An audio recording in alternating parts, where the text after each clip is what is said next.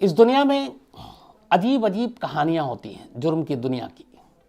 आज की जो कहानी है, दो ऐसी कहानी है जो झकझोर कर रख देगी, और बहुत सारी ऐसी चीज़ें इसमें जो हमें सोचने पे भी मजबूर करती है कि इंसान किसी चीज़ को पाने के लिए क्या क्या हथकंडे अपनाता है, क्या क्या झूठ बोलता है। दो अलग अलग तरह की कहानियाँ हैं, लेकिन दोनों ही कहानियों का जो निचोड़ है वो एक है, और इसकी ज़मीन है धोखा। एक तो वक्त ऐसा बदला हुआ है कि आजकल कुछ भी मुमकिन है, ये हम सब जानते हैं, सोशल मीडिया का दौर है। अब दो लड़कियों को आपस में प्यार हो जाए तो भी कोई हैरानगी की बात नहीं है, दो लड़कों को आपस में प्यार हो जाए तो भी बड़ा लगता है कि अरे ये तो होता रहता, कौन सा पहली बार सुन रहा हूँ। दो कहानी जो है उसका पहला पार्ट आपको पहले सुनाता हूँ। फेसबुक, सोशल मीडिया पे अलग अलग सारे प्लेटफॉर्म हैं, उसके ज़रिए दुनिया सिमट कर रह गई है। एक दूसरे के करीब, एक दूसरे को समझना, बातचीत करना आसान हो गया। बहुत सारे लोग जो तन्हा हैं उनके लिए एक नई दुनिया एक तरह से हो गई है सोशल मीडिया, क्योंकि उनके साथ कोई बातें करने वाला होता है, कोई अपनी राय शेयर करने वाला होता है। तो आजकल जिधर देखिए लोग हाथों में मोबाइल या जो भी है, बस वक्त का पता नहीं चलता अगर आप सोशल मीडिया के साथ जुड़े हुए हैं तो, और दुनिया के कोने कोने में आपके अपने दोस्त बन जाते हैं। ऐसे ही फेसबुक के ज़रिए महाराष्ट्र का एक लड़का, दिल्ली का एक लड़का, दोनों फ्रेंडशिप रिक्वेस्ट एक दूसरे को भेजते हैं, एक्सेप्ट करते हैं, और बातचीत शुरू हो जाती है। बातचीत का सिलसिला लंबा चलता है, लेकिन धीरे धीरे बातचीत एक अजीब मोड़ पर पहुंच जाती है।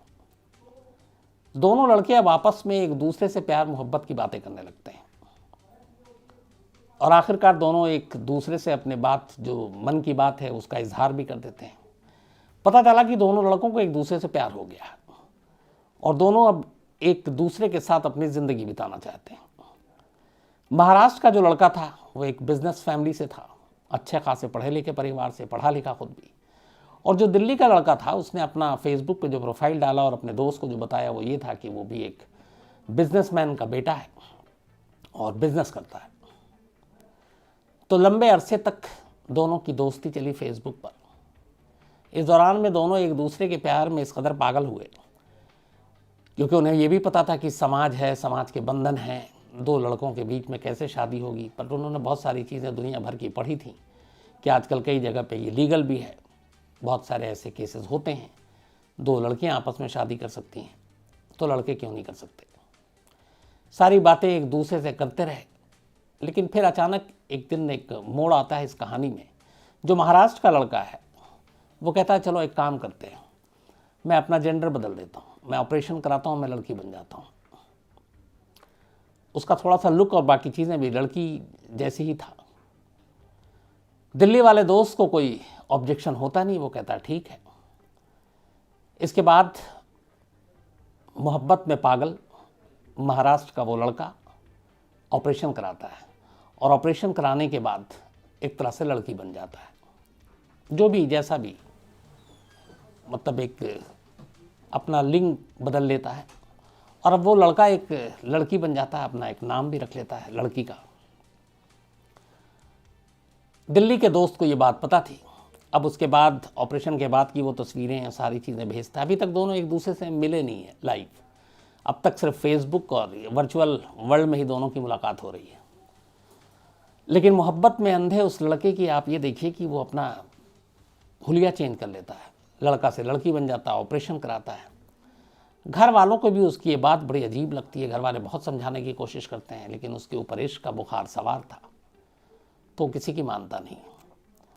अब ऑपरेशन के बाद थोड़ा वक्त बीतता है, सब कुछ ठीक हो जाता है। अब लड़का से बन चुका वो लड़की एक बार दिल्ली में अपने उस दोस्त बॉयफ्रेंड से कहती है, या कहता है, जो कहें आप, थोड़ा कन्फ्यूज़न है, कि अब तुमसे मिलना है और शादी करनी है। दिल्ली का भी उसका दोस्त कहता है हाँ मुझे भी शादी करनी है और तुमसे मिलना है। मुलाकात की तारीख तय होती है। इसके बाद पिछले हफ्ते, ये लास्ट वीक की ही कहानी है, महाराष्ट्र का वो लड़का जो अब लड़की बन चुका ऑपरेशन कराने के बाद दिल्ली पहुंचती है। दिल्ली में उसका वो दोस्त मिलता है। उस दोस्त ने एक फ्लैट रेंट पे ले रखा था, अपने परिवार से अलग उसी फ्लैट में ले जाकर उसको रखता है। दोनों साथ रहते हैं और दोनों के रिश्ते एक लड़का और लड़की जैसे हो सकते हैं, एक पति पत्नी, वैसे ही कुछ रिश्ते भी बन जाते हैं। शुरू के कुछ दिन बड़े अच्छे गुजरे।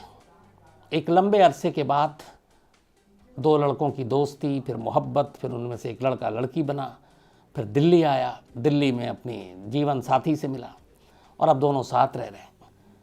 अब उसके बाद कुछ दिन बीतता है तो महाराष्ट्र से वो जो लड़का लड़की बन चुका, वो अब कहता है कि चलो अब शादी कर लेते हैं। ये भी कहता है ठीक है, बस एक मुहूर्त देखते हैं और शादी कर लेते हैं। लेकिन करीब हफ्ता भर साथ गुजारने के बाद एक रोज़ सुबह वो लड़का गायब हो जाता है, दिल्ली वाला जिसने अपने आप को बिजनेसमैन बताया था। अब ये उसका इंतज़ार करती है जो महाराष्ट्र से आई कुछ दिन पहले तक लड़का, लेकिन वो आता नहीं है। 1-2 दिन बीत जाता है, वो उसको कॉल करती है, मोबाइल नहीं उठाता, घर का पता नहीं। अब वो परेशान बुरी तरह से, क्या करे। 2-3 दिन तक तो इंतज़ार करती, इधर उधर जितने भी और उसके कॉमन फ्रेंड थे उनके ज़रिए पता करती है। फिर महाराष्ट्र में वो अपने दोस्तों से बात करती है या करता है, लेकिन उस लड़के का कोई सुराग नहीं मिलता जिसके लिए एक लड़के ने न सिर्फ अपना रूप बदला, ऑपरेशन करा के लड़की बना, घर वालों से बगावत करके दिल्ली आया, शादी करना चाहता था और जिसके लिए उसने ये सब कुछ किया, वो धोखा देकर उसे अकेला छोड़कर भाग गया।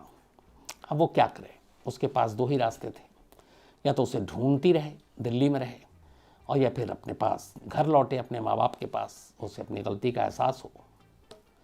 लेकिन उसने घर लौटना का ख्याल जो है उसके मन में नहीं आया, क्योंकि उसे मालूम था कि पूरा परिवार जो है उसके विरोध के बावजूद उसने क्या क्या कदम उठाए, अपना पूरा रूप ही चेंज कर लिया है। आखिर में जब उसे लगा कि सच में यकीन हो गया कि उस लड़के ने उसके साथ धोखा किया है, तब वो मोहन गार्डन पुलिस स्टेशन पहुंचती है, क्योंकि इसी दिल्ली के मोहन गार्डन इलाके में ही एक फ्लैट किराए पर लेकर उसके साथी ने उसको दिया था। दोनों साथ रह रहे थे और कुछ दिन साथ बिताने के बाद वो भाग गया था। अब मोहन गार्डन पुलिस में जाने के बाद लड़का से लड़की बनी ये लड़की रिपोर्ट ये लिखाती है कि उसके साथ धोखा हुआ है। उसे फेसबुक पे एक लड़के से प्यार हुआ था, जबकि दोनों लड़के थे। प्यार में उसने अपना पूरा हुलिया चेंज कर लिया, लड़का से लड़की बन गई, ऑपरेशन करा लिया, शादी करने का उसने वादा किया, यहाँ आए, शादी के नाम पे उसने धोखा दिया, उसके साथ संबंध बनाए और वो दोनों साथ रहे। और जब शादी की बात आई और करनी थी, अचानक वो भाग गया। तो पुलिस ने भी सारे सेक्शन के तहत संगीन, जैसे 376 और बाकी जो धाराएं हैं, रेप, मोलेस्टेशन, किडनैपिंग, ये भी एक सेक्शन लगाया। तो क्योंकि ये था कि शायद उसने बताया कि मुझे उसी की वजह से आया और उसने एक तरह घर में अकेले बंद करके रखा। तो इन सारी चीज़ों में पुलिस ने अब मुकदमा तो दर्ज कर लिया, FIR लिख ली है और उस लड़के की तलाश शुरू कर दी है।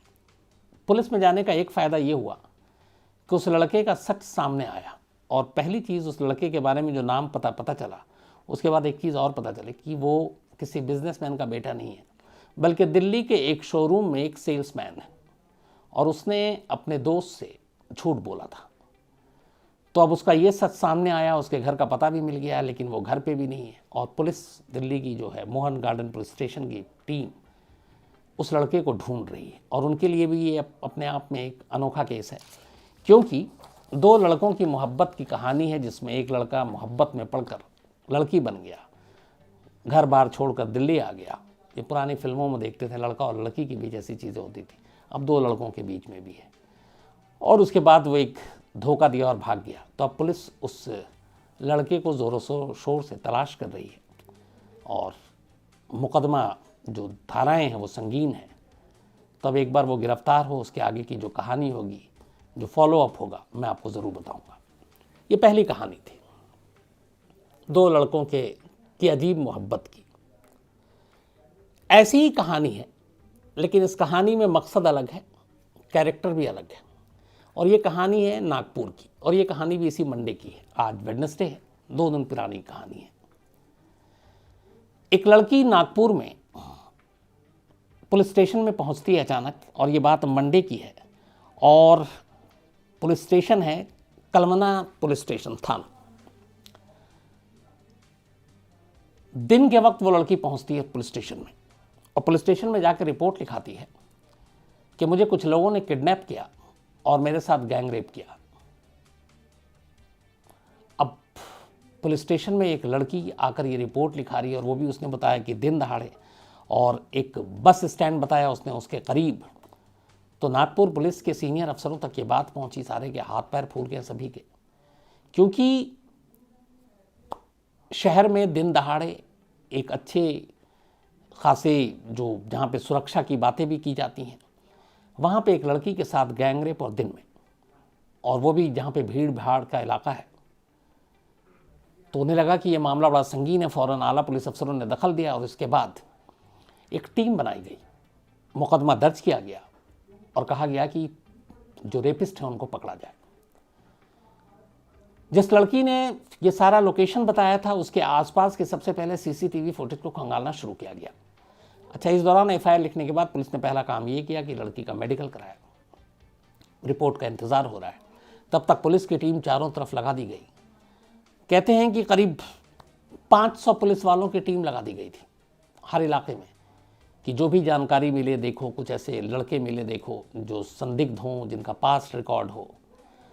100 सीसीटीवी फुटेज कैमरे, 1000 के 500 से ज़्यादा पुलिस वाले। अब इन लोगों ने छानबीन शुरू की और उस पूरे एरिया की कि जहाँ जहाँ पे कुछ मिलने की उम्मीद है। सीसीटीवी फुटेज से कोई फ़ायदा नहीं हुआ। पुलिस की टीम भी लगी रही, पुराने लोगों को भी पकड़ने की कोशिश करती रही, उनसे भी कोई फ़ायदा नहीं हुआ।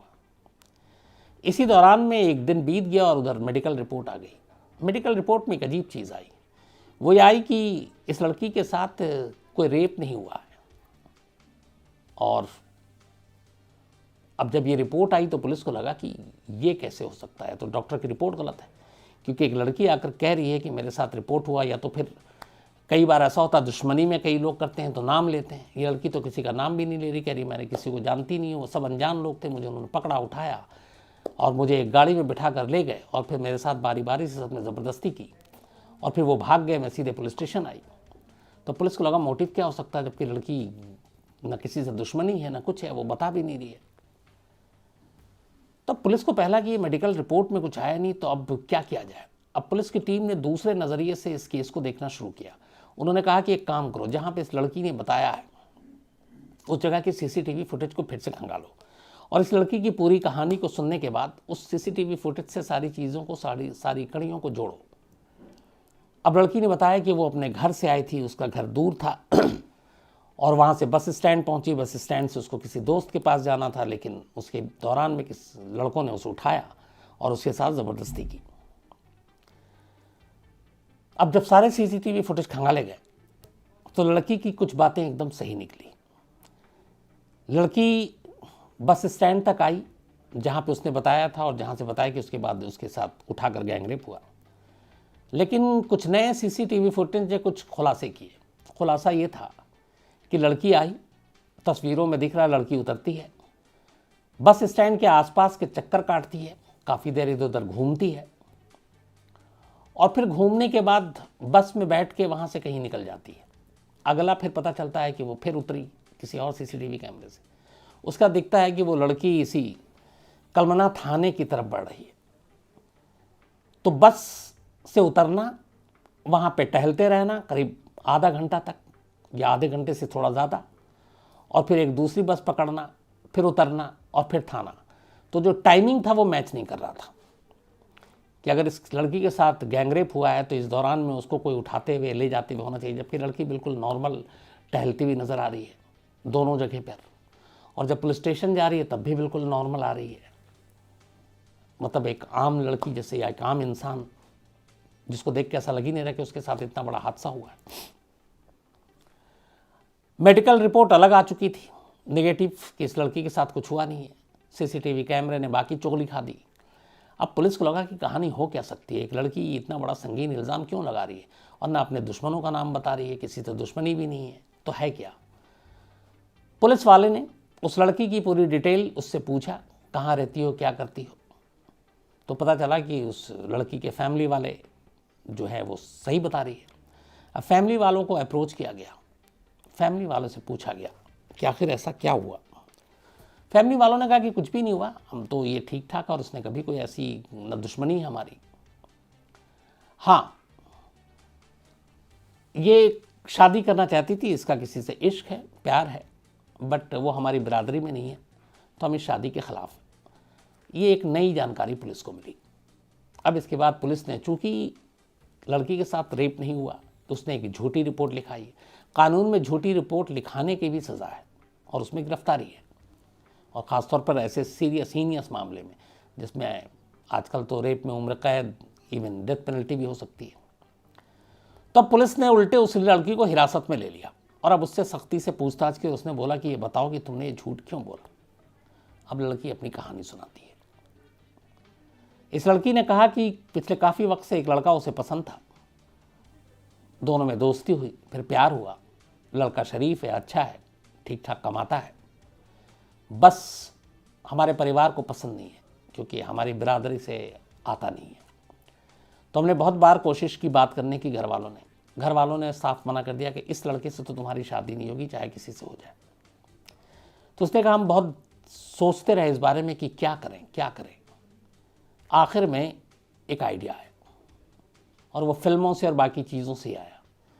उसने कहा कि आइडिया ये था कि घर वाले तो तैयार होंगे नहीं, अगर मेरे घर वालों को ये पता चल जाए कि मेरा रेप हो गया है, तो उसने कहा कि समाज की जो सोच है, मानसिकता है हमारे आसपास के लोगों की, फिर वो एक रेप विक्टिम से, या जिसका बलात्कार हो चुका है, शायद कोई भी शादी करने के लिए आगे जल्दी तैयार नहीं होगा, कोई लड़का ही नहीं आएगा।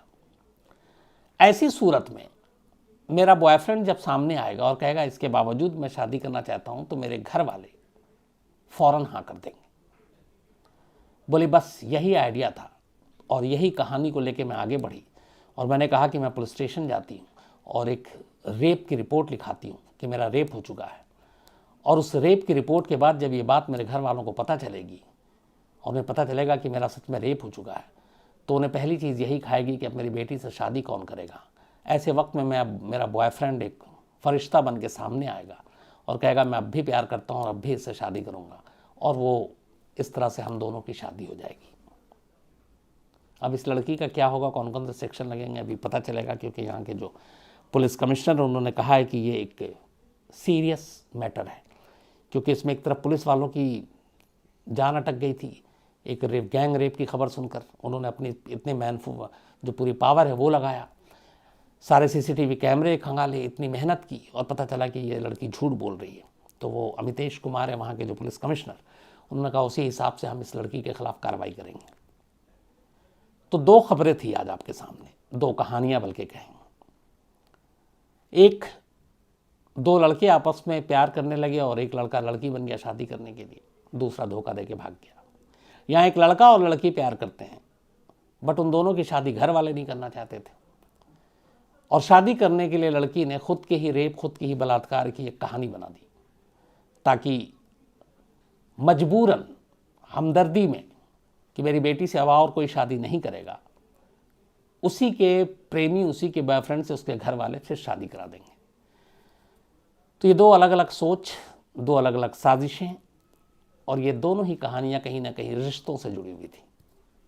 तो मुझे लगा कि आज आपको ये दोनों चीज़ें इसलिए बतानी चाहिए कि इस दौर में सब कुछ मुमकिन है, और हम जो भी सोच सकते हैं कि ऐसा कैसे हो सकता है, वो सब कुछ हो रहा है और हो सकता है। तो इसीलिए आजकल चौंकने की या ये कि हैरान होने की बड़ी कम गुंजाइश बच गई है। आज के इस दौर में हर चीज़ मुमकिन है, और इसीलिए हमारे इर्द गिर्द से ऐसी ऐसी कहानियाँ उठकर हमारे सामने आती हैं। बात है, बल्कि पिछले हफ्ते की बात है। 5-6 जुलाई की रात करीब 2:30 बजे अचानक कोमल और कोमल का भाई, वो नीचे सोते थे और फर्स्ट फ्लोर पे उसके माँ बाप, वो अपने भाई का दरवाज़ा पीटती है ज़ोर ज़ोर से। भाई नींद में उठता है और वो कहती है कि घर में 3 नकाबपोश घुस आए थे और अभी भी मैंने भागते हुए देखा है, और वो मम्मी पापा के कमरे से निकले। भाई बदहवास अपनी बहन के साथ ऊपर पहुंचता है तो देखता है कि कमरे में माँ और बाप की लाश पड़ी है। दोनों का गला कटा हुआ था, किसी तेज़ धार हथियार से दोनों को मारा गया था। चारों तरफ खून फर्श पे फैला हुआ है। बदहवास भाई बहन, इन्होंने शोर मचाया, कुछ पड़ोसी आए। रात को ही पुलिस को कॉल किया गया। थोड़ी देर के बाद पुलिस पहुंची। पुलिस आई। अब घर में कोमल का भी रोना और भाई अनूप दोनों बेतहाशा रो रहे। माँ बाप की इस तरह मौत, इस बेरहमी से कत्ल। पड़ोसियों ने भी मदद की उस वक्त। अब सुबह हुई, पर भाई बहन की हालत ऐसी नहीं कि पूछताछ कर सकें। थोड़ा वक्त बीता। अब पुलिस को भी जानकारी चाहिए कि ये सब कैसे हुआ, क्योंकि घर में 4 ही लोग थे, उसमें से 2 मुर्दा हैं, 2 जिंदा बचे हुए हैं। अब पुलिस ने पूछताछ की तो अनूप ने पहले अपना बयान दिया। उसने कहा कि कल रात मेरी तबीयत कुछ ठीक नहीं थी, ठीक ठाक था, मैं खाना वाना खाया, लेकिन फिर रात को सोने से पहले मेरी बहन ने मुझे जूस दिया। जूस का टेस्ट मुझे अच्छा नहीं लगा तो मैंने पूरा जूस पिया नहीं। थोड़ा सा ही जूस पीने के बाद मुझे चक्कर सा आने लगा। फिर मैं बिस्तर पर गिर गया और मुझे लगा कि शायद मैं नींद में चला गया। उसके बाद मेरी आंख तभी खुली जब मेरी बहन ने ज़ोर ज़ोर से दरवाज़ा पीटा और बताया कि घर में 3 नकाबपोश आ गए। अनूप का यह बयान दर्ज हुआ। अब कोमल की बारी थी। कोमल ने अपना बयान दिया। उसने कहा कि वो और उसकी मम्मी साथ सो रही थी, पापा अलग कमरे में सो रहे थे। लेकिन फिर रात को अचानक उसकी आंख खुली किसी आवाज़ पे, कुछ ऐसा लगा कि घर के अंदर कोई दाखिल हुआ है। तो उसने देखा तो उसकी माँ बराबर में है नहीं। अब माँ तो साथ सोती है, लेकिन उठ कर गई तो उसे लगा वॉशरूम गई होगी। तो उसने कहा, वो बाहर आई, शोर, कुछ लोगों की आवाज़ भी सुनाई दी। तो उसे लगा घर में कौन है, रात को चोर तो नहीं आ गया। तो उसके बाद जैसे ही वो अपने फादर के कमरे में गई तो उसने देखा कि वहाँ पे दोनों की लाश पड़ी है, खून फर्श पर है। तो वो चीखती हुई बदहवास अपने भाई के कमरे की तरफ गई और उसने वहाँ जाकर सारी बात बताई। बट उसने साथ ही ये भी कहा कि उसने 3 नकाबपोश को घर से भागते हुए देखा।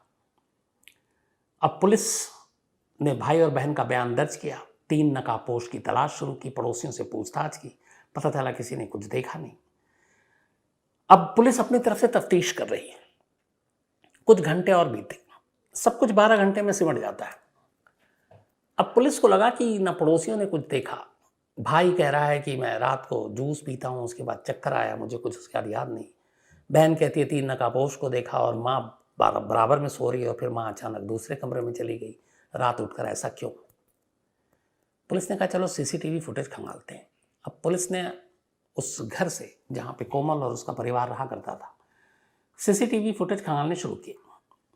तो उन्होंने देखा कि इस घर में सब कुछ नॉर्मल है, लेकिन रात करीब 12:45 पर, पौने 1 बजे, एक शख्स जो अपना चेहरा मुंह को ढका हुआ था वो बड़े चुपचाप इस घर में दाखिल होता है। उसके बाद वो करीब 1.5 घंटे तक उस घर में रहता है और फिर रात 2:15 बजे वो घर से निकलता है। सीसीटीवी फुटेज में जो तस्वीर थी उसके हिसाब से जब वो घर में दाखिल हुआ तो उसके दोनों हाथ खाली थे, लेकिन जब वो 2:15 बजे बाहर निकला तो उसके हाथ में एक थैला था और चेहरा ढका हुआ था और वापसी बहुत तेज कदमों से थी, आने में बड़े दबे कदमों से। अब इस सीसीटीवी फुटेज ने पुलिस को थोड़ा सा चकराया। पुलिस के हिसाब से अगर घर में 3 नकाबपोश थे तो 3 लोगों की एंट्री होनी चाहिए, बट यहाँ 1 है। तो पहला शक, क्या कोमल ने झूठ बोला? दूसरा कि क्या भाई झूठ बोल रहा है और नींद का बहाना कर रहा है कि चक्कर आ गया? पुलिस ने उस घर में उस रात जितने भी सारी चीजें थी, जो ग्लास यूज हुआ था, उन सबको भी अपने कब्जे में ले रखा था। अब पुलिस ने अपनी छानबीन शुरू की। छानबीन के दौरान घर में तलाशी भी ली, क्योंकि हथियार मिल नहीं रहा था जिससे गला काटा गया, और वो काटा गया था किसी तेज धार हथियार से। तो पुलिस को तलाशी के दौरान कमरे से कुछ कपड़े मिले जिस पे खून लगा हुआ था। पता चला ये कपड़े कोमल के। इसके बाद लेडी पुलिस आई, उसने ध्यान से जब पूछताछ की तो कोमल के दोनों हाथों पर नजर पड़ी। उसके दोनों हाथ भी जख्मी थे, ऐसा लगा कोई तेज धार हथियार उस पर लगा है। उससे पूछा गया तो उसने कहा कि नहीं, वो सब्जी बनाते हुए कुछ हो गया था। अब पुलिस ने कहा ठीक है, बाकी उसके सारे सैंपल लिए गए। अब ये जाहिर हो रहा था कि जो खून है वो अनूप के कहीं भी बदन पे या कपड़े पे नहीं है, ना अनूप के हाथ जख्मी है, लेकिन कोमल के कपड़े भी खून के उस पर धब्बे हैं, हाथ भी उस पर कटे हुए लग रहे हैं। और फिर अनूप ने यह भी बताया कि रात जब वो सोने गया था अमूमन, तो कोमल जो उसी कपड़े में सोती थी जो वो शाम को पहना करती थी। उसने कहा जब कोमल सोने गई थी तब उसने देखा था वो कोई और कपड़े में है, जब वो 2:30 बजे उठाने आए तब वो किसी और कपड़े में है, तो अब रात को उसने कपड़े क्यों बदले? ये बयान भी पुलिस के लिए अजीब था। अब ये सारी चीज़ें जब सामने आई तो पुलिस को कोमल पे शक हुआ। पुलिस ने कहा कुछ तो गड़बड़ है।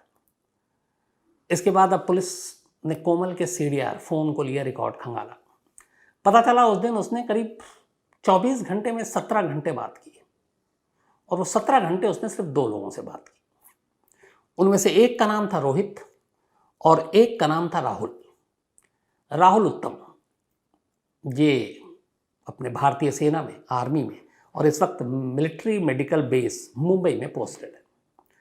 और राहुल का छोटा भाई रोहित जो यहीं कानपुर में रहता है। अब कोई भी चौंकेगा कि एक दिन के 24 घंटे के CDR कॉल डिटेल रिकॉर्ड और उसमें 17 घंटे 2 ही लोगों से बातचीत, और वो भी जिस रात कत्ल हुआ उससे पहले। अब पुलिस ने अपनी तरफ से इन दोनों के बारे में जब खंगालना शुरू किया तो फिर धीरे धीरे सारी कहानी सामने आई। इस दौरान में पुलिस ने कुछ फिंगरप्रिंट्स और कुछ ब्लड टेस्ट की जो चीज़ें थी, बाकी जो कपड़े पे मिले और इसके हाथ पे थे कोमल के, वो सारी चीज़ें भेजी। पता चला कि ये जो दोनों मकतूल हैं माँ बाप हैं, उनके ब्लड के निशान जो है इसके कपड़े पर हैं और हाथों पर हैं। अब ये सारी चीज़ें इशारा कर रही थी कि कोमल कुछ ना कुछ झूठ बोल रही है, और 17 घंटे की कॉल डिटेल रिकॉर्ड। इसके बाद पुलिस ने कोमल से सख्ती से पूछताछ करनी शुरू की। जब सख्ती से पूछताछ करनी शुरू की तो फिर कोमल के सामने जो सबूत रखे गए उसके बाद लगा कि उसका भांडा फूट गया, और उसके बाद उसने कहानी सुनाई। अच्छा, कोई अफसोस? जिन्होंने तुमको गोद लिया उन्हीं को मार दिया? क्यों कोमल, जिन्होंने तुमको पाला उन्हीं को मार दिया? कोई अफसोस है? जब मार रही थी तो उनसे कोई अफसोस हुआ कि नहीं? इसको कोई अफसोस नहीं। एक ऐसी कहानी जो कईयों के लिए ये होता है कि कई इंसान के औलाद नहीं होते, कई इंसान के औलाद होते हैं, बेटा होता तो बेटी नहीं होती, बेटी होता तो बेटा नहीं होता, तो चाहत होती है। किसी को बेटा है तो एक बेटी की चाहत होती है, बेटी है तो बेटे की चाहत होती है। कई ऐसे परिवार हैं इस देश में और दुनिया में जो अपनी इस ख्वाहिश को पूरा करने के लिए गोद लेते हैं बच्चों को। इस पूरी कहानी में यही गोद एक अहम रोल प्ले करता है। दरअसल मुन्ना लाल एक ऑर्डिनेंस फैक्ट्री में, जो ऐसा मतलब बताया, काम करते थे, और उनकी पत्नी, दोनों का एक बेटा था अनूप। और अनूप करीब जब बेटा पैदा हुआ उसके बाद 5 साल बीत गए। 5 साल के बाद इन दोनों को कोई और औलाद हुई नहीं, और मुन्ना लाल और उनकी पत्नी ये चाहती थी, राजदेवी, कि उनको एक बेटी हो। बेटी की बड़ी हसरत थी उन दोनों को। 5 साल हुआ नहीं, उन्होंने कई डॉक्टरों को दिखाया, फिर ये हुआ कि अब आप दोबारा कंसीव नहीं कर सकते, आप दोबारा माँ बाप नहीं बन सकते। तो उनके सामने एक अंधेरा छा गया, उनको लगा कि उनकी ये ख्वाहिश पूरी होगी नहीं, दोनों उदास रहने लगे। इस दौरान में मुन्ना लाल के एक छोटे भाई जिनका नाम राजशेखर, तो छोटे भाई की भी औलाद थी। इत्तेफाक से छोटे भाई को इसी दौरान जब 5 साल गुजर गए तो बल्कराम प्रकाश उनके नाम, छोटे भाई का नाम है, तो उनके घर में एक बेटी पैदा हुई। इस दौरान में राम प्रकाश को ही मालूम था कि उनके भैया और भाभी बड़े उदास रहते हैं क्योंकि उन्हें एक बेटी चाहिए थी। तो उन्होंने कहा था कि अगर मेरी बेटी हुई तो आप गोद ले लेना, उसको आप ही पालना। मुन्ना लाल और उनकी पत्नी खुश हो गई, उन्होंने बड़ी दुआएं की। इत्तेफाक से राम प्रकाश के घर एक बेटी पैदा हुई। इस बेटी को मुन्ना लाल और उनकी पत्नी ने गोद ले लिया। गोद क्या लिया, अपनी ही बेटी के तौर पर अपना लिया, और ये बात अपने ख़ानदान और ज़माने से छुपा कर रखा।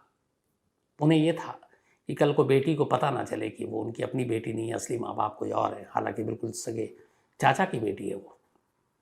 लेकिन फिर भी बच्चों के अंदर मन में आ जाती ये चीज़ें। तो उन्होंने ये था कि इस राज को हमेशा राज रखेंगे और किसी को नहीं बताएंगे कि कोमल दरअसल मुन्ना लाल की नहीं बल्कि उनके छोटे भाई की बेटी है। और ये राज कायम रहा, किसी को पता नहीं चला। धीरे धीरे वक्त बीता। मुन्ना लाल और उनकी पत्नी ने कभी भी अपने बेटे अनूप और अपनी बेटी में फ़र्क या भेदभाव नहीं किया।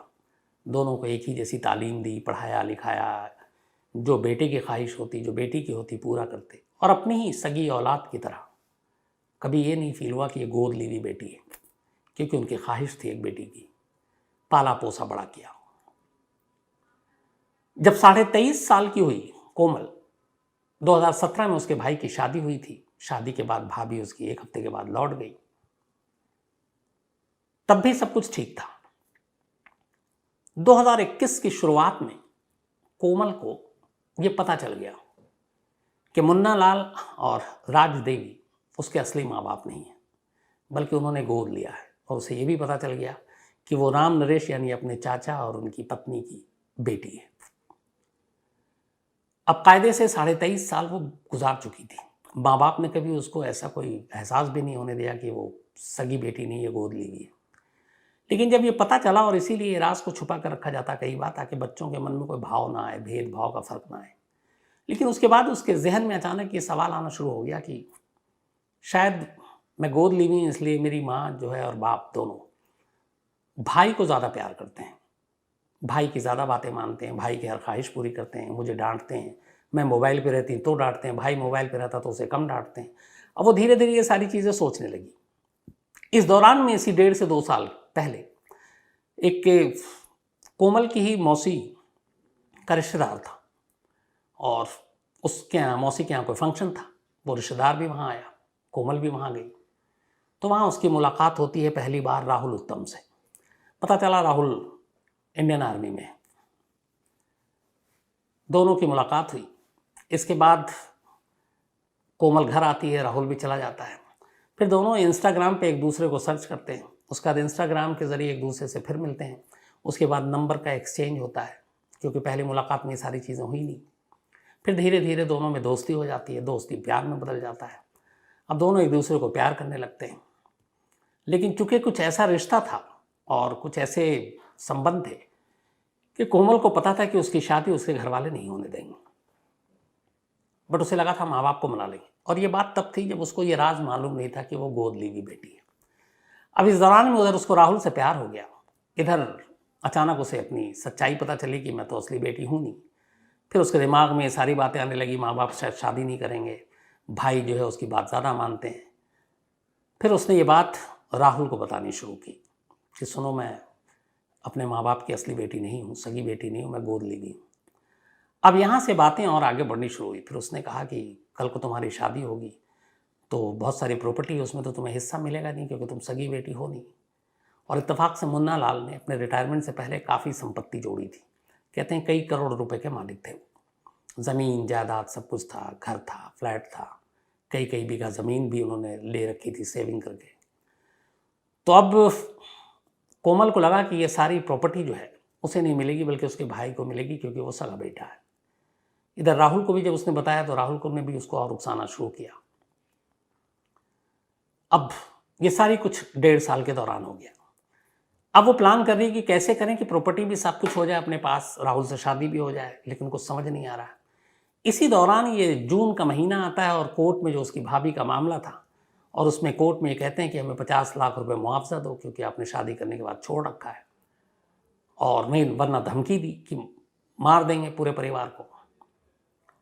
अब यहाँ से 2 चीज़ें दी कोमल ने। एक वो धमकी जो उसके भाई के ससुराल वालों ने दी थी, दूसरा 50 लाख। और घर वाले मान गए। उसे लगा कि उसके पिता आराम से मान गए, भाई भी मान गया, तो इसका मतलब है काफ़ी पैसे हैं, बट ये पैसे क्यों जाए दूसरे के घर।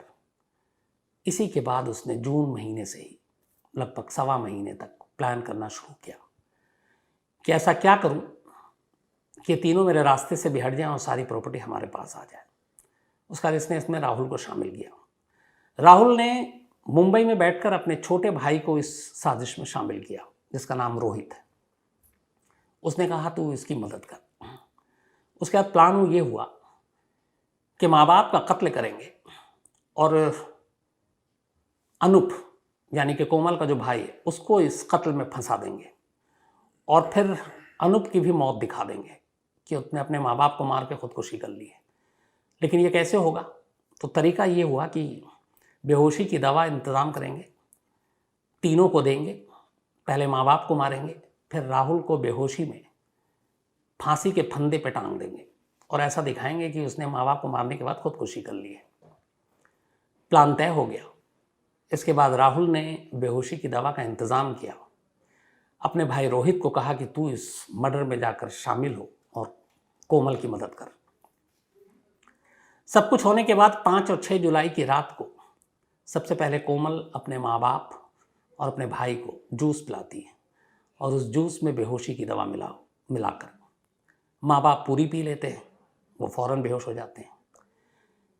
बट अनूप जो कोमल का भाई है, वो जब उस जूस को पीता है तो उसे लगता है कि ये नॉर्मल टेस्ट से अलग टेस्ट है, तो 2 सिप के बाद ही वो फिर जूस छोड़ देता है और सो जाता है।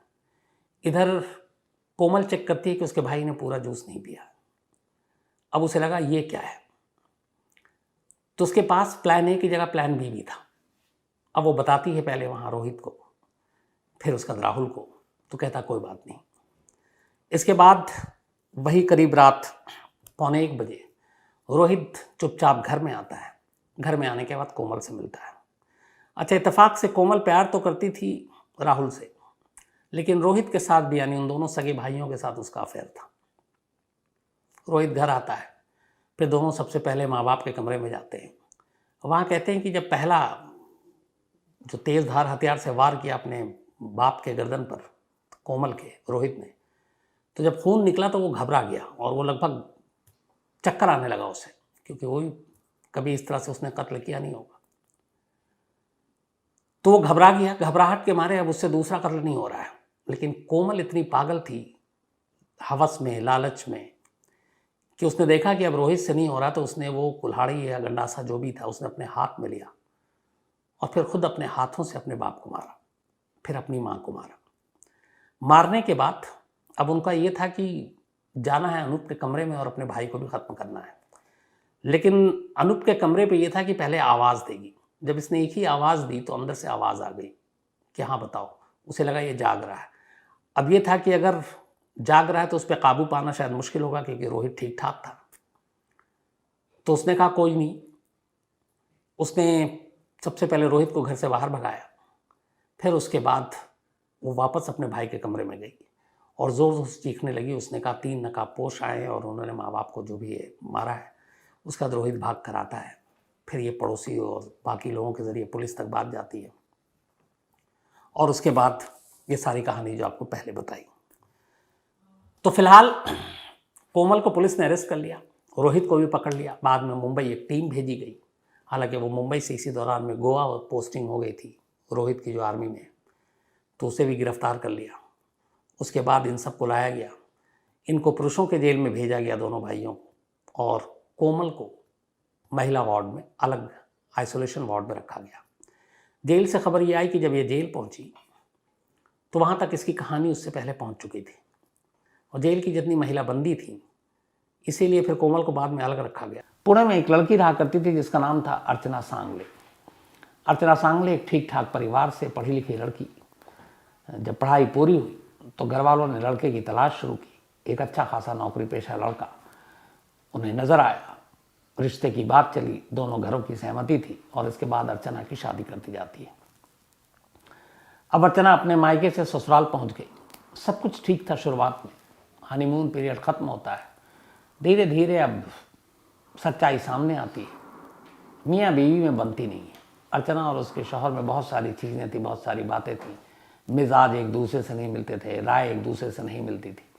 तो शुरुआती नोक झोंक फिर बहस में बदली, बहस झगड़े में तब्दील, और उसके बाद एक ही छत के नीचे रहने के बावजूद दोनों लगभग अनजान से बने रहते। शादी को साल भर बीत गया। इन साल भर में ये रिश्ते में इतनी कड़वाहट आ गई कि पति पत्नी अब शायद एक दूसरे को देखना भी गवारा नहीं करते। शुरुआत में अर्चना को लगा कि सब कुछ ठीक होगा, लेकिन फिर उसे लगा कि शायद ये रिश्ता आगे नहीं बढ़ पाएगा। उसके पति का भी हाल यही था। तो साल सवा साल बीतने के बाद अर्चना ने फिर फैसला किया कि वो इस शादी से बाहर निकलेगी, अपने पति से अलग होगी और एक अपनी नई दुनिया बसाएगी, अपने तरीके से ज़िंदगी जिएगी।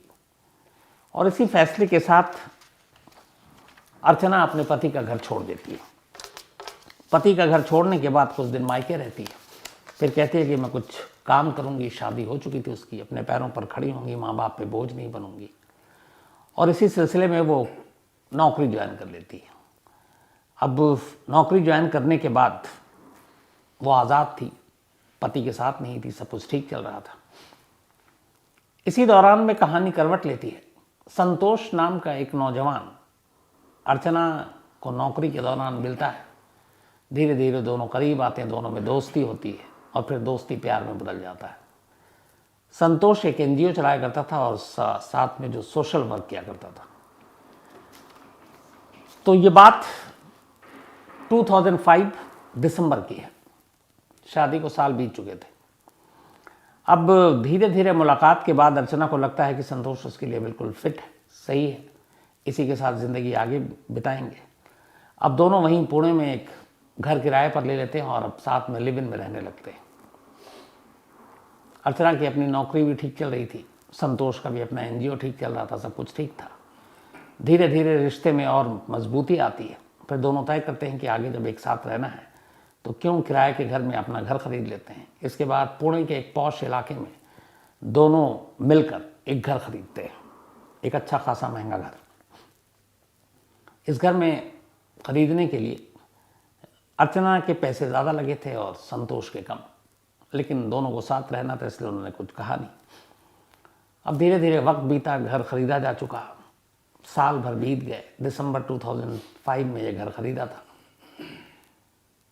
4 नवंबर 2006, करीब करीब साथ रहते हुए साल भर हो चुके थे अब संतोष और अर्चना को। साल भर के बाद 4 नवंबर 2006 की तारीख आती है और एक रोज अचानक अर्चना गायब हो जाती है। संतोष ढूंढता है लेकिन कहीं मिलती नहीं अर्चना। वो उसके घर जाता है, घर पे भी नहीं मिलती। वो घर वालों को बताता है। संतोष के बारे में अर्चना के तमाम घर वाले जानते थे, लेकिन अर्चना का कोई सुराग नहीं मिला। तो संतोष और अर्चना के घर वाले जाकर पुलिस में मिसिंग की रिपोर्ट लिखा देते हैं। पुलिस केस दर्ज करती है, अर्चना की तलाश शुरू करती है। अब अर्चना कहाँ गई, क्या हो सकता है, इस बारे में जब घर वालों से पूछा गया तो घर वालों को लगा कि कहीं ना कहीं अर्चना का जो पहला शौहर, पहला पति है, वो अर्चना की गुमशुदगी के पीछे हो सकता है। क्योंकि अर्चना अब अलग थी, खुश रह रही थी, अपने पैरों पर खड़ी हो चुकी थी, अच्छा खासा घर ले लिया था। तो ये बात उसके पति को शायद नागवार गुजरी और पति बदला लेना चाहता है। तो घर वालों ने ये सारी कहानी बताई। पुलिस को भी लगा कि हाँ, मोटिव तो है, पहला पति शायद गुस्से में होगा। एक तो वो छोड़ कर गई, उसके बाद वो खुशहाल ज़िंदगी जी रही है, उसको बर्दाश्त नहीं हुआ, इसीलिए उसने उसको गायब कर दिया। पुलिस अर्चना के पति को उठा लेती है। उठाने के बाद अच्छी खासी खातिर करती है, पूछताछ करती है, उसके सारे कॉल डिटेल से लेकर सब चीज़ खंगालती है। पुलिस को पूरा शक यही था कि अर्चना की गुमशुदगी पे उसी का हाथ था। लेकिन उसका पति बार बार कहता है कि जब से अर्चना मेरी ज़िंदगी से गई मैंने कभी पलट कर देखा नहीं कि वो कहाँ है और मेरा उससे कोई वास्ता नहीं है। जितने पुलिस ने सबूत, गवाह, साइंटिफिक एविडेंस ढूंढे, उससे भी ऐसा लग रहा था कि उसका पति सच बोल रहा है। अब पुलिस के पास कोई सबूत नहीं कि उसके पति को यूं उठा के रखें और अर्चना कहाँ गायब है ये भी पता नहीं चल रहा है। इसी दौरान में एक रोज उसी नवंबर के महीने में मच्छिंदरगढ़ किले के पास एक महिला की लाश मिलती है, पुणे में। कोई अनजान शख्स देखता है किले के पास एक लाश है, पुलिस को खबर देता है। पुलिस आती है, लाश को उठा कर ले जाती है, मॉर्चरी में रख देती है। अब आसपास के इलाकों में ढूंढा जाता है, कोई मिसिंग हो तो पता चले, तो कोई महिला गायब हो। इधर अर्चना अभी तक मिली नहीं थी, उसकी तलाश जारी थी। मच्छिंदरगढ़ किले में मिली एक महिला की लाश की खबर अब उस पुलिस स्टेशन तक पहुंचती है जो अर्चना को ढूंढ रही थी। जैसे ये बात पता चलती है, पुलिस वाले फौरन अर्चना के परिवार और संतोष को लेकर मुर्दाघर पहुंचते हैं, लाश को दिखाते हैं। लाश देखते ही अर्चना के घर वाले रोने लगते हैं और ये शिनाख्त करते हैं कि उन्हीं की बेटी अर्चना की लाश है। संतोष भी पहचान लेता है। तो अब तक जो अर्चना गुम थी, अब उसकी लाश मिली। केस अब 302 में तब्दील हो गया, 302 में। अब पुलिस उसी हिसाब से तफ्तीश करती है। पहले पति से लंबी पूछताछ हो चुकी, पुलिस ने उसे क्लीन चिट दे दी। तो अब सवाल यह है कि पति कातिल नहीं तो अर्चना का और कौन दुश्मन हो सकता है। घर वालों से पुलिस फिर पूछताछ करती है क्योंकि अब मामला संगीन हो चुका था, ये अब कत्ल का मामला हो चुका था। तो घर वालों को जब पुलिस बताती है कि उसके पहले पति ने कभी पलट कर देखा नहीं, जब से वो छोड़ कर गई वो अपनी दुनिया में मस्त है और उसे कोई लेना देना नहीं था अर्चना से, और वो अर्चना की गुमशुदगी या कत्ल के पीछे नहीं हो सकता। तो फिर घर वालों को लगा कि अब क्या किया जाए, कौन हो सकता है। कुछ दिनों तक तो वो इधर उधर ढूंढते रहे, पता करते रहे। फिर एक रोज़ उन्होंने पुलिस में जाकर सीधे संतोष पर ही शक जता दिया।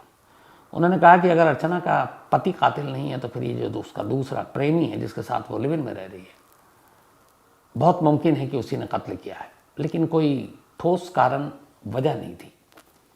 लेकिन और उनके पास कोई दूसरा रास्ता भी नहीं था। उन्हें लग रहा था कि कोई और न उसकी दुश्मनी किसी से, न कोई और किसी को मतलब। अब जब संतोष का नाम आया तो फिर पुलिस ने संतोष को उठाया। अब संतोष की खातिर हुई, उससे लंबी पूछताछ हुई, लेकिन संतोष के भी सारे कॉल डिटेल, तमाम गवाह, सारी चीज़ें पूछी गई। उसने जो जो बयान दिए वो सब मैच कर गए और कोई ऐसी चीज़ पता ही नहीं चली जिससे ये लगे कि संतोष गुनहगार है। अर्चना के पहले पति की जो पूछताछ का नतीजा निकला, सेम वही अर्चना के प्रेमी संतोष की पूछताछ का नतीजा निकला। कोई ऐसा सबूत पुलिस के हाथ लगा नहीं जिससे ये साबित हो सके कि अर्चना के कत्ल के पीछे या तो उसके पति का हाथ है या फिर उसके प्रेमी का। बिना सबूत के आप ज़्यादा दिन तक हिरासत में भी नहीं रह सकते। तो बिना सबूत की वजह से पुलिस को आखिरकार पति की तरह ही अब अर्चना के प्रेमी को भी छोड़ना पड़ा। अब वो निकल गया। अब धीरे धीरे वक्त बीता, पुलिस तफ्तीश करती रही, कोई सुराग, कोई गवाह, कोई क्लू हाथ नहीं आ रहा। अर्चना के कत्ल को महीनों, अब साल बीतते जा रहे हैं, लेकिन पुलिस के हाथ कोई सबूत नहीं लगा। करीब करीब 6 साल बीत गया। 6 साल के बाद 2012 आ गया साल। 2012 आने के बाद इस दौरान में पुलिस जब भी कभी रिव्यू मीटिंग होती, मंथली मीटिंग होती, तो पुराने केस में हर स्टेट, हर शहर में ऐसा होता है कि अच्छा कुछ ऐसे केस जो अनसॉल्व हों, उनका स्टेटस क्या है, तो उस पर मीटिंग होती है। तो जब भी इस तरह की मीटिंग होती तो ये अर्चना का भी केस सामने आता कि अब तक सुलझा नहीं है, तो उस पर स्टेटस रिपोर्ट मांगा जाता। अब चूंकि सस्पेक्टेड 2 ही थे, अर्चना का पति और उसका प्रेमी, तो उन दोनों के बारे में भी कुछ मुखबिरों के जरिए खबरें निकालती पुलिस, लेकिन कोई फ़ायदा नहीं हो रहा था। लेकिन इसी दौरान एक चीज़ हुई। 2012 में अचानक पुलिस को पता चला कि जो घर अर्चना ने अपने प्रेमी संतोष के साथ मिलकर पुणे के एक पॉश इलाके में खरीदी थी वो घर 2 लोगों के नाम पर थी, अर्चना और संतोष, यानी ये जॉइंट ओनर थे। अब इस घर को संतोष नहीं बेच सकता था जब तक कि अर्चना अगर जिंदा होती तो सहमति से। अब वो है नहीं, तो बहुत सारी कानूनी चीज़ें हैं। हालांकि वो रास्ता निकल सकता था कि अर्चना मर चुकी है तो फिर एक मुर्दा साइन करने तो आएगा नहीं, लेकिन उसके कानूनी रास्ते होते हैं।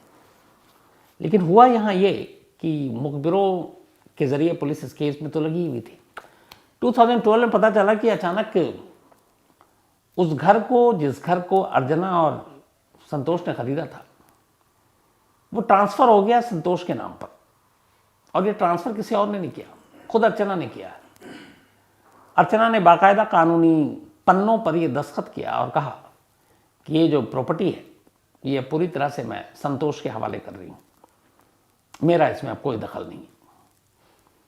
तो एक प्रॉपर्टी, और ये पुलिस की इन्वेस्टिगेशन में सारी चीज़ थी शुरू में ही कि ये घर लिया, दोनों ने मिलकर लिया, दोनों ने बराबर पैसे दिए। इसमें अर्चना के पैसे ज़्यादा थे, इवन अर्चना के घर वालों को ये बात मालूम थी। लेकिन ज्वाइंट ओनर थे दोनों, मालिक दोनों बराबर थे। अब लेकिन अर्चना की मौत के 6 साल के बाद अचानक ये पता चल रहा है कि वो घर अर्चना ने संतोष के नाम पर ही कर दिया और अपने आप को मालिकाना हक से हटा लिया। अब एक मुर्दा 6 साल बाद जिंदा हो और उसके बाद वो साइन करे कानूनी पन्नों पर, रजिस्ट्री के पेपर पर, तो ये बात अजीब लगती है।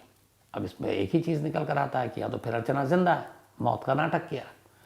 अब पुलिस को भी लगता है ये क्या है, मामला क्या है। पुलिस तफ्तीश करती है। अब यहाँ पे भी तफ्तीश ऐसी होती है कि एक मर्डर और एक प्रॉपर्टी के केसेस को आमतौर पर हमारे यहाँ बड़े हल्के तरीके से लिया जाता है। ठीक है, जांच होगी, पन्ने देखेंगे और इतने सारे दस्तावेज, ये स्टैम्प, वो साइन, किसके नाम पे, पुराना मालिक मकान कौन है तो नया कौन है, ज़मीन किसकी है, रजिस्ट्री किसके नाम पर है, फ्री होल्ड है, बहुत सारे चीज़ें हैं जो इन ज़मीन जायदाद के चक्करों में पड़ते हैं, उन्हें बेहतर पता होगा। तो खैर 2012 में, बल्कि 6 फरवरी 2012 को ये मकान संतोष के नाम पर हुआ। अब पता चला, परिवार वालों ने भी कहा कि ये क्या है और कैसे ये हक मिल गया उसको, और कैसे अर्चना, जो 6 साल पहले ही बल्कि कानून के किताबों में भी मर चुकी है क्योंकि FIR दर्ज है, वो कैसे दस्तखत कर सकती है? पुलिस को भी लगा, लेकिन 12 में ये मामला सामने आया 6 फरवरी को। इसके बाद पुलिस जांच करती रहती है। अंदाज़ा लगाइए, 12 से 17 आ गया 2017, 5 साल बीत गए। ये पहली को बूझने में कि एक मुर्दा अर्चना जिंदा बनकर कैसे एक प्रॉपर्टी के पेपर पर साइन कर सकती है। इस दौरान में फिर पुलिस ने उस वक्त जब ये बात आई कि प्रॉपर्टी के नाम हुआ, फिर संतोष को उठाया था, पूछताछ की थी, पर संतोष ने कहा कि जो भी उसने अपने बयान दिए, सबूत कुछ था नहीं, क्योंकि प्रॉपर्टी का केस अलग है, कत्ल का अलग है। फिर उसको छोड़ दिया। 2017 आ गया। 17 जनवरी 2017 की तारीख थी। पुलिस को एक जानकारी मिली मुखबिरों से, पता चला कि जिस पेपर पर साइन करवाया संतोष ने और जो प्रॉपर्टी उसने अपने नाम करा ली, जो कि ज्वाइंट होल्डर थे, वो अर्चना ने साइन नहीं किए। अर्चना नाम की एक, जो अर्चना का पूरा असली नाम था, अर्चना सांगले, अर्चना सांगले के नाम पर उसने एक अपनी महिला मित्र को तैयार किया। बाकायदा अर्चना सांगले के नाम पर सारे डॉक्यूमेंट्स बनाए फेक, सारे उसके आईडी, सारे उसके आधार से लेके जितनी भी चीज़ें। और इसके बाद जब ये थोड़ा सा मामला ठंडा हुआ, उसने फिर वकील पकड़े और जाकर रजिस्ट्रार ऑफिस में जो महिला थी अर्चना सांगले, उसको खड़ा किया और उसी की मौजूदगी में ये बताया कि यही अर्चना है जो प्रॉपर्टी के हम दोनों बराबर के पार्टनर हैं, और फिर साइन वैन करा लिया। अब उससे इसको ये फ़ायदा था कि अब ये मकान उसके नाम पर हो गया। तो ये जो फेक अर्चना, एक फर्जी अर्चना की जब कहानी पुलिस को पता चली, इसी के बाद 17 जनवरी 2017 को पुलिस संतोष को गिरफ्तार करती है। गिरफ्तार तो करती है एक फर्जीवाड़े के केस में, लेकिन पुलिस को मालूम था कि इस फर्जीवाड़े का केस कहीं ना कहीं जाकर किसी और मोड़ पर मिलेगा, और वही हुआ। फर्जीवाड़ा का केस था। इस बार पुलिस के पास कम से कम एक हल्की ही धारा में पुख्ता केस संतोष के खिलाफ था। पुलिस ने उसे गिरफ्तार किया और फर्जीवाड़ा के केस से होते होते अब अर्चना के कत्ल के केस पर आ गई। इस बार उससे अच्छी खातिरदारी की गई और फिर उससे लंबी पूछताछ हुई, और आखिरकार 10 साल के बाद अर्चना की मौत के, बल्कि लगभग 11 साल होने वाले थे, संतोष ने पहली बार सच बोला। ये सारी चीज़ें निकाली गई। अब हालत ऐसी थी, जो हड्डियाँ थी वो ये तो बता रही थी कि ये इंसानी हड्डियाँ हैं, लेकिन ऐसी हालत में मिली कि ये भी बताना मुश्किल था कि ये हड्डियाँ जो भी मरा है वो लड़का है या लड़की है, मर्द है या औरत है। खैर, पुलिस वो सारी चीज़ों को इकट्ठा करती है और इसके बाद इन सारी चीज़ों को वहीं एक जो सरकारी हॉस्पिटल है वहाँ पे भेज दिया जाता है। सरकारी हॉस्पिटल में अब हड्डियों का एक अलग अलग टुकड़े आए हैं, अब उसकी जांच होनी है, और चैलेंज ये है कि ये पता करना है, क्योंकि अभी तक यही पता नहीं कि मरने वाला है या मरने वाली है, न शक्ल है न बाकी चीज़ें हैं। अब मेडिकल कॉलेज में जब इसको लाया गया तो वहाँ पे इसकी ऑटोप्सी होनी है और ये भी पता करना है कि मरने वाला है कौन या मरने वाली है कौन। 3 दिन लगते हैं पोस्टमार्टम करने में।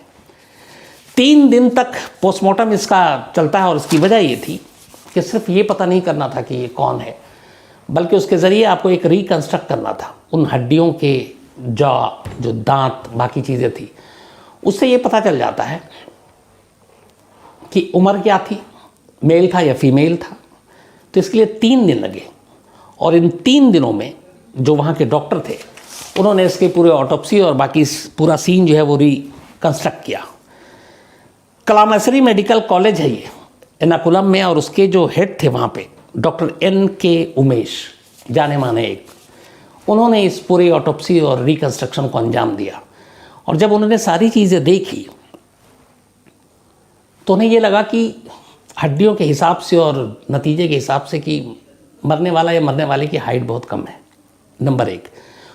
शुरुआत में उन्हें लगा कि ये या तो किसी टीनेज लड़की की लाश है या फिर ऐसे लड़के की लाश है जिसने अपने बाल बढ़ा रखे थे। बहुत सारे लड़के भी बाल बड़े बड़े रखते हैं, बहुत सारी लड़कियां भी बॉब कट बाल रखती हैं। तो बालों का गुच्छा ये बता रहा था कि उसकी लंबाई कितनी है, और उन लंबाई से ये पता चल रहा था कि या तो किसी लड़की के या फिर किसी लड़के के बाल हैं। क्लियर नहीं हो रहा था। अब इसके बाद और वो सारी जांच करते हैं। तो उन जांच करने के बाद आखिरकार उसके बोन के स्ट्रक्चर से, जॉ के उससे वो इस नतीजे पर पहुंचते हैं कि ये लाश किसी लड़की की है और उसकी उम्र करीब 20 से 25 साल होगी। अब ये क्लियर हो गया कि मरने वाला लड़का नहीं है बल्कि लड़की है। उन्होंने अपनी रिपोर्ट दी पुलिस को कि एक लड़की की लाश है जिसकी उम्र 20 से 25 साल है। अब बाकी चीज़ों की तलाशी ली गई जो मिला था उस ड्रम से, नीले ड्रम से। तो उन सारी चीज़ों को जब देखा गया तो एक चीज़ और इन्वेस्टिगेशन में सामने आई। उस ड्रम के अंदर से 3 करेंसी मिले थे इंडियन। 2 500 के नोट थे और एक 100 रुपये का नोट था।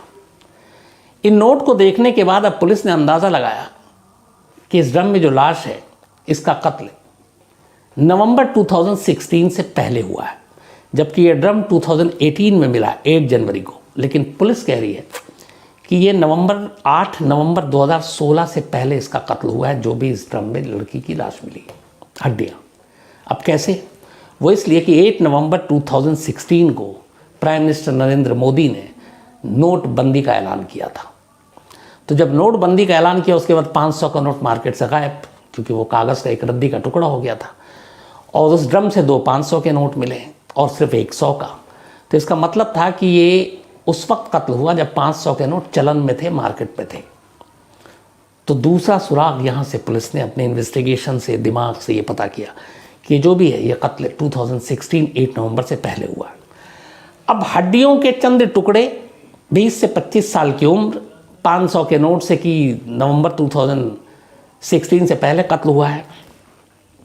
बाकी कहानियाँ कैसे पता करें? मरने वाली कौन है, किसने कत्ल किया, क्यों किया, कहाँ किया? पुलिस इसी तफ्तीश में, और कोई अभी तक क्लेम करने के लिए आया नहीं है, ना कोई ऐसी मिसिंग सारी देख लिया आसपास में एर्नाकुलम के, कोई क्लू नहीं मिला। 8 जनवरी को लाश मिली थी, 3 दिनों तक ऑटोप्सी हुई, 11 जनवरी की तारीख आ गई। 11 जनवरी को ये जो पुलिस जांच कर रही थी, इस पुलिस के जो आईओ थे इस पूरे केस के, इनका नाम था सीबी टॉम। और सीबी टॉम को एर्नाकुलम में शेरलॉक होम्स के नाम से बुलाया जाता था, क्योंकि इससे पहले उन्होंने बड़े छोटे छोटे पेचीदा केस को सुलझाया था। शेरलॉक होम्स के फ़ैन भी, तो लोग उनको प्यार से शेरलॉक होम बोलते थे, इस पुलिस इंस्पेक्टर को, सीबी टॉम को। तो अब केरल का शेरलॉक होम भी उलझा हुआ है कि हड्डियों के चंद टुकड़ों से और इनसे कैसे कातिल तक पहुँचे। कातिल तो पहुँचने की बात है, पहले तो मकतूल के बारे में पता कर लें कि यह है कौन। 11 जनवरी ऑटोप्सी का तीसरा दिन, अचानक सीबी टॉम के पास जिन डॉक्टर ने पोस्टमार्टम किया और रिकंस्ट्रक्शन किया इन सारी चीज़ों का, उन्होंने फ़ोन किया और कहा कि एक जानकारी देनी है। सीबी टॉम वैसे ही परेशान, उसे कहीं से भी एक उम्मीद की किरण मिल जाए। तो उन्होंने कहा बताइए क्या है। डॉक्टर उमेश ने फ़ोन किया था। डॉक्टर उमेश ने कहा कि इस सारी हड्डियों की और सारी ऑटोप्सी के दौरान में जो चीज़ें हमने बारीकी से की, उसमें हमें एक छोटी सी चीज़ मिली है, लेकिन वो आपके कितने काम की है मुझे नहीं मालूम। तो उन्होंने कहा क्या है? तो उसने कहा हमें एक स्क्रू मिला है छोटा सा और वॉशर मिला है। तो बोले इससे क्या होगा? तो उन्होंने कहा ये स्क्रू और वॉशर ये इशारा कर रहा है कि जिसकी भी ये लाश है उसके एंकल की सर्जरी हुई है और उस एंकल की सर्जरी के दौरान ये स्क्रू और वॉशर उसमें फिट किया गया है। अब उन्होंने कहा फिर इससे हम आगे क्या निकाल सकते हैं? तो उन्होंने कहा लेकिन ये इतना छोटा है कि मेरे पास फैसिलिटी नहीं है, इसको किसी बेहतर कैमरे से देखना पड़ेगा, क्योंकि मुझे इस स्क्रू के टॉप पे कुछ लिखा हुआ नज़र आ रहा है, कुछ नाम लिखा हुआ है, लेकिन हम नंगी आंखों से पढ़ नहीं पा रहे हैं, और जो भी बाकी हमारे पास लेंसेज और बाकी चीज़ें हैं उससे कामयाबी नहीं मिल रही है। तो अब सीबी टॉम का दिमाग फिर से जागा, शेरलॉक होम्स का। उन्होंने कहा डॉक्टर साहब मैं आपकी मदद करता हूँ। उन्होंने अपने एक्सपर्ट इधर उधर से बात करके हाई रेजोल्यूशन के कैमरे मंगाए। उसके बाद डॉक्टर साहब ने अब उस स्क्रू और वॉशर को फिर से एग्जामिन किया। जब एग्जामिन किया तो ये टोटल 6.5 इंटू 2.5 सेंटीमीटर, सोचिए अब कितना छोटा होगा। वैसे भी सर्जरी में एंकल की जोड़ और ये जब लगता है तो बहुत छोटा सा होता है। तो जब उस कैमरे की निगाह से देखा तो इस स्क्रू के टॉप पर जो लिखा हुआ था वो लिखा हुआ था PITKAR, पिटकर। अब ये पिटकर क्या है? तो पता चला कि ये पिटकर पुणे बेस्ड एक कंपनी है जो इस तरह के सर्जरी में इस तरह के जो स्क्रू और जो वॉशर यूज़ होता है वो बनाती है। एक मेडिकल इक्विपमेंट कंपनी है, लेकिन पुणे बेस्ड है। अब इस कंपनी के बारे में छानबीन शुरू की सीबी टॉम शेरलॉक होम्स ने अपने।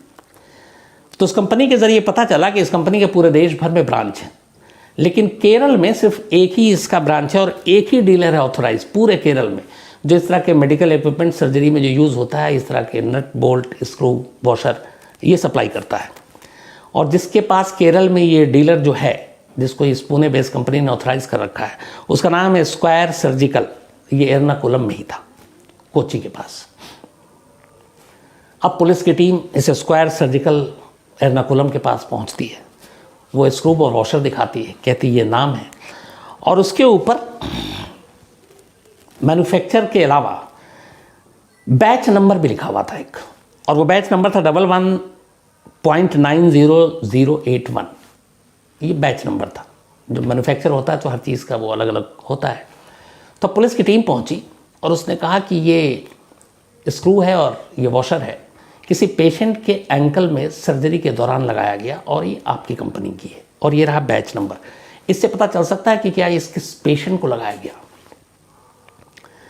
अब जो केरल की ये डीलर है कंपनी की, उसने कहा कि मैं चेक करके बताता हूँ। अब उसने जब बताया तो उससे पहले पुलिस ने एक और चीज़ थी कि अब अगर इस हिसाब से लिस्ट निकालें तो सालों से बहुत सारे लोग सर्जरी कराते हैं, तो कितने लोगों के पीछे पड़ोगे। तभी इंस्पेक्टर सीबी टॉम को याद आया, जब ये ड्रम मिला तो उसके बाद आसपास के इलाकों की तलाशी ले रहे थे कि शायद वहाँ से कुछ और सबूत मिले ड्रम के अलावा। तो कुछ मछुआरे हैं जो उस नदी के आसपास रहते भी हैं और घूमते भी हैं। तो जब इस ड्रम की कहानी चर्चा में आई, लोग भीड़ भी आकर पता चला कि ड्रम से लाश मिली है, तो कुछ लोग आगे आए और उन्होंने पुलिस को बताया कि इस ड्रम को तो हमने पास की नदी में पहली बार 2016 में देखा था, 2016 में, और तब से इधर उधर है। हमें लगा कि फालतू ड्रम है कुछ, तो किसी का ध्यान भी नहीं गया। अब पुलिस को लगा कि 2016 से ये ड्रम इस इलाके में है, नदी से कहीं ना कहीं से बहकर आई है। तो ये बात याद आई अब जब उस डीलर के पास पुलिस की टीम पहुंची, सीबी टॉम। उन्होंने कहा कि अगर ये 2016 में ड्रम देखा गया तो इसका मतलब है कि ड्रम बेशक पुलिस ने 2018 में बरामद किया, लेकिन कत्ल 2016 में हुआ है।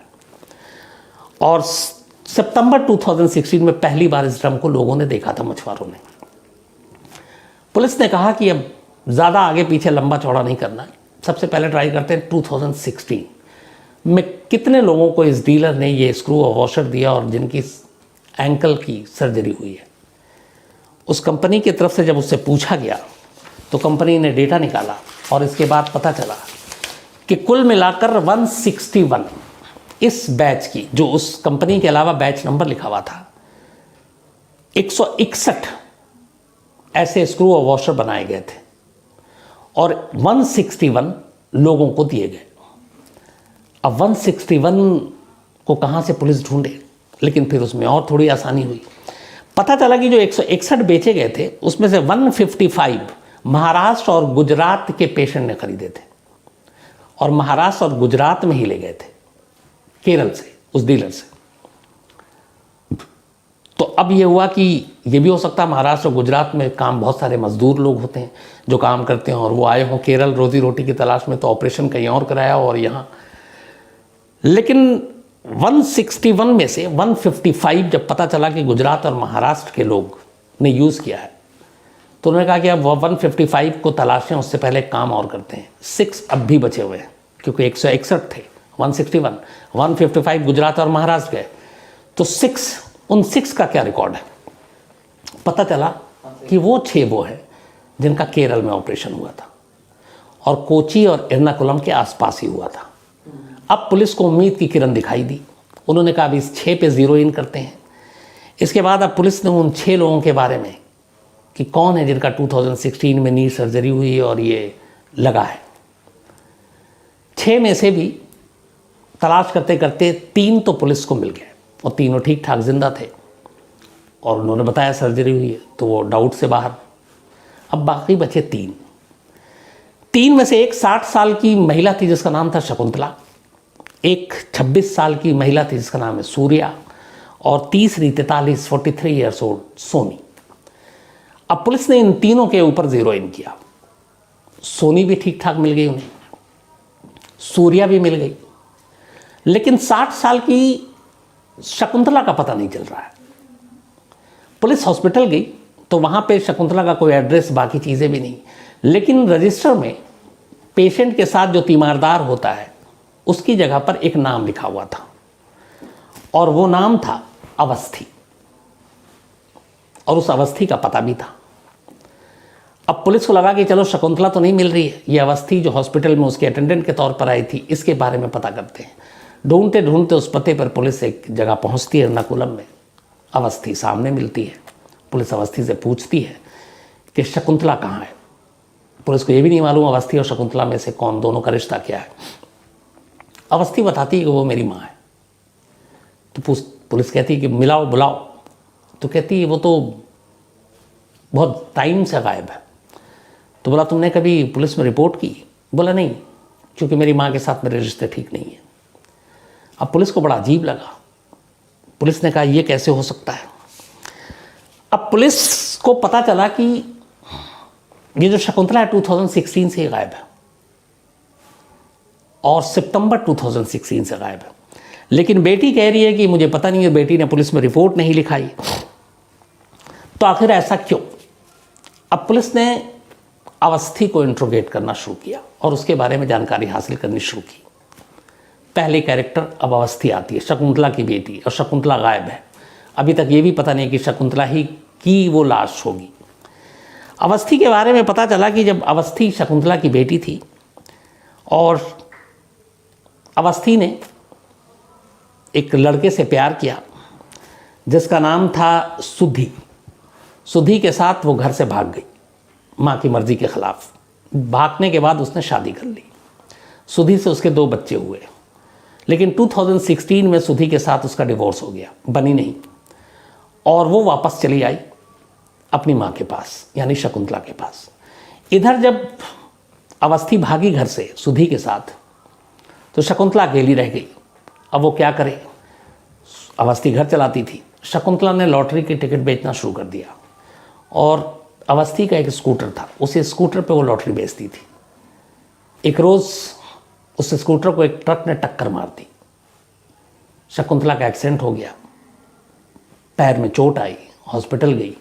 वहाँ कहा गया कि आपके लेफ्ट एंकल की सर्जरी करनी पड़ेगी, और वो स्क्रू और वॉशर उसी लेफ्ट एंकल की सर्जरी के दौरान शकुंतला को लगाई गई। तो अब ये कहानी पता चली और 2016 में वो आई। जब वो वापस आई तो वापस आने के बाद अब वो, उसका पति से डिवोर्स हो चुका है, एक दूसरे पति के साथ रह रही है जिसका नाम है टीएम सजित, और सारे आस पड़ोस के लोग जानते थे कि ये टीएम सजित के साथ रहती है, और अवस्थी के 2 बच्चे भी अब उसके दूसरे पति के साथ रह रहे थे। लेकिन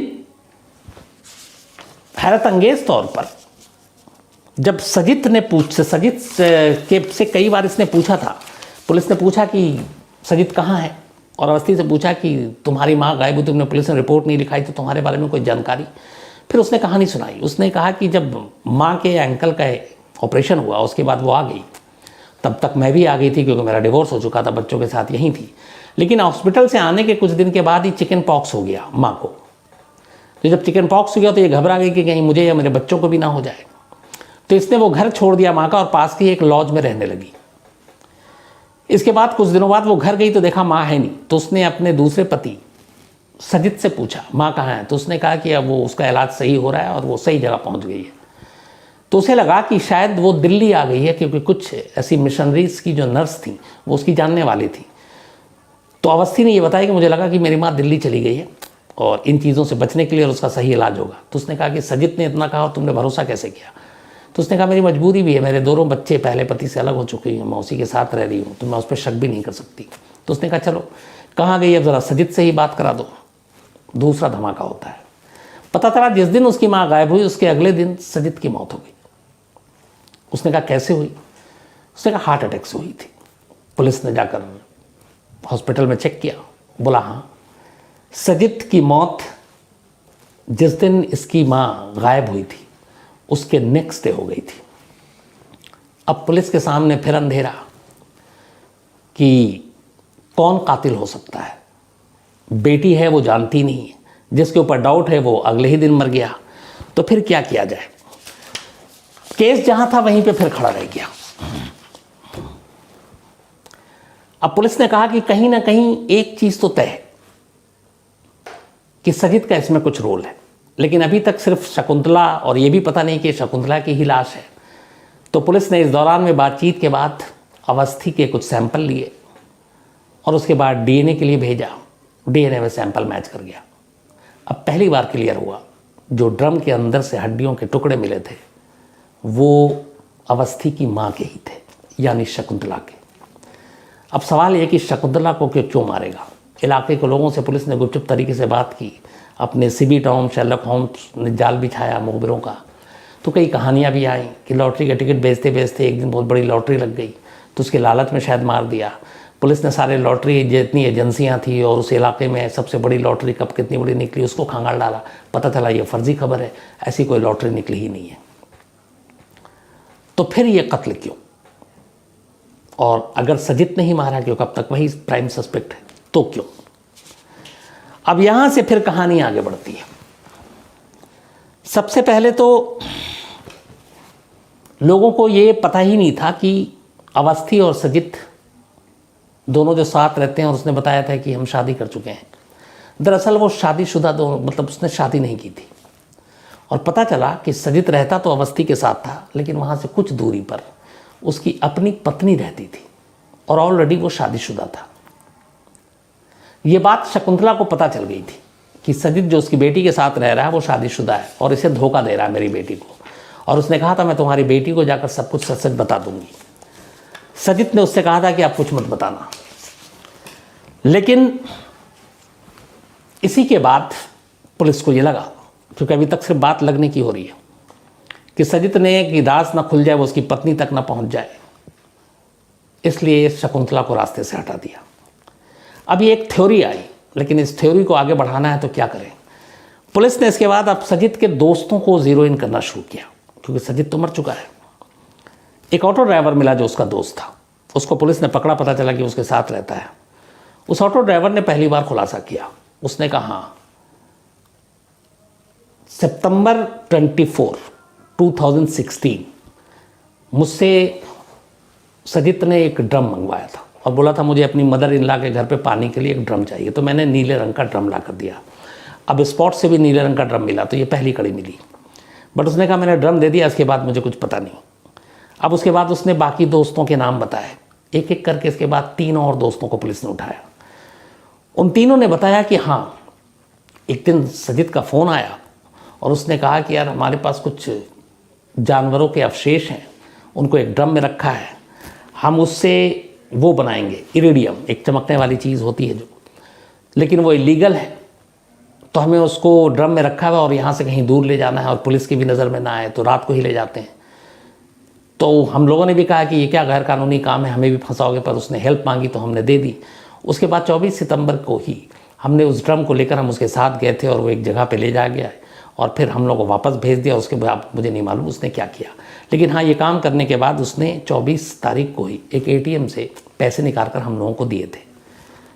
उन लोगों ने बताया कौन सा ATM, पुलिस उस ATM तक पहुँची, उस ATM के रिकॉर्ड निकाले बैंक के ज़रिए, तो 24 सितंबर 2016 ATM का ट्रांजैक्शन मिला। अब पुलिस को पहली बार ये एक तारीख मिली कि शकुंतला का कत्ल 24 सितंबर 2016 को ही हुआ था। अब लेकिन ये चारों दोस्त को पुलिस ने तो उठाया, लेकिन इनमें से किसी की जानकारी में नहीं था कि वो ड्रम सजित ने क्यों मंगाया और उसमें क्या रखा हुआ था, क्योंकि उसने कहा कि उसमें जानवरों के कुछ मांस के टुकड़े और बाकी चीज़ें थे, और या कुछ और चीज़ें थी जिससे इरिडियम बनाना था और फिर बेचना था। तो एक तरह से वो भी बेकसूर थे, तो किस इल्ज़ाम में पुलिस पकड़े। अब अवस्थी कहती है मुझे जानकारी नहीं मेरी माँ कहाँ है। जिस पे शक है सजित, वो मर चुका है। दोस्त, उन्हें कोई जानकारी नहीं है कि उस ड्रम में क्या है। तो पुलिस को फिर याद आया अपने शेरलॉक होम्स सीबी टॉम को कि सजित ने अगर धोखा दिया अवस्थी को और वो पहले से शादीशुदा था, तो उसकी बीवी कहाँ है। अब जब खोजबीन शुरू हुई तो सजित की बीवी मिलती है, उसका नाम था सरीगा। पुलिस सरीगा के पास जाती है सरिगा भी यही बताती है कि उसे तो मालूम ही नहीं, उसे तो ये भी नहीं मालूम कि वो अवस्थी के साथ रहता है जबकि वो मेरा पति है। अब यहां से कहानी सरिगा की शुरू होती है, एक के बाद एक सारे कैरेक्टर आ रहे थे। अब सरिगा की कहानी ये थी कि सरिगा की मां करीब 30 साल पहले घर से भागकर शादी करती है। शादी करने के बाद वो प्रेग्नेंट हो जाती है। जब प्रेग्नेंट होती है तो जिससे भागकर उसने शादी की तो उसके घर वाले उसको एक्सेप्ट नहीं करते और फिर पति भी बदल जाता है, वो उसे घर से बाहर निकाल देती है, सरिगा की माँ को। और सरिगा की जो माँ, उसका नाम है वसंता। अब वसंता प्रेग्नेंट है, भाग के शादी की, पति ने धोखा दिया, घर वालों ने भी निकाल दिया। उसे लगा कि अब इस दुनिया में कहाँ जाएंगे, कौन पालेगा। वो एक ब्रिज के ऊपर से सुसाइड करने के लिए कूदने जा रही थी। जब वो कूदने जा रही थी, उस रात बारिश भी हो रही थी। अचानक एक ऑटो ड्राइवर की नज़र पड़ती जो वहाँ से गुजर रहा था किसी सवारी को उतार कर। वो उसको ब्रिज पे चढ़ते हुए देखता है, वो बहुत तेज़ी से अपना ऑटो रोकता है, उसको पकड़ता है, बोलता तुम क्या करने जा रही हो। फिर वो अपनी कहानी बताती है, वो उसे अपने घर ले जाता है, अपने घर रखता है, समझाता है। फिर उस ऑटो ड्राइवर और वसंता के बीच में प्यार हो जाता है और दोनों शादी कर लेते हैं। अब शादी के बाद वसंता के 2 बेटे पैदा होते हैं, एक बेटा और एक बेटी। बेटा जो है बाद में सुसाइड कर लेता है, कोई बीमारी से ग्रसित था। और उसके बाद ये होती है सरिगा, बेटी। सरिगा को 15 साल की उम्र में ही प्यार हो जाता है सजिद से, लेकिन नाबालिग थी। घर वाले कहते हैं बालिग हो जाओगे तो शादी कर देंगे। 18 की होती है तो फिर घर वाले उसकी शादी कर देते हैं। लेकिन शादी के बाद काफ़ी वक्त तक उसे कोई औलाद नहीं होता, कुछ प्रॉब्लम थी बहुत। उसको डॉक्टर को भी दिखाता है, खुद ले जाकर सजिद दिखाता है। आखिरकार जब पुलिस पहुंचती है सरिगा से पूछताछ करने, उससे कुछ वक्त पहले उसने एक बच्ची को जन्म दिया। सालों तक मां नहीं बनी। उसके बाद वो प्रेग्नेंट होती है इलाज के बाद और हॉस्पिटल में थी। और उसके बाद जब इसकी मौत होती है, जो पहला सजिद, उसकी मौत से 2 महीने पहले सजिद बाप बना था और वो मां बनी थी।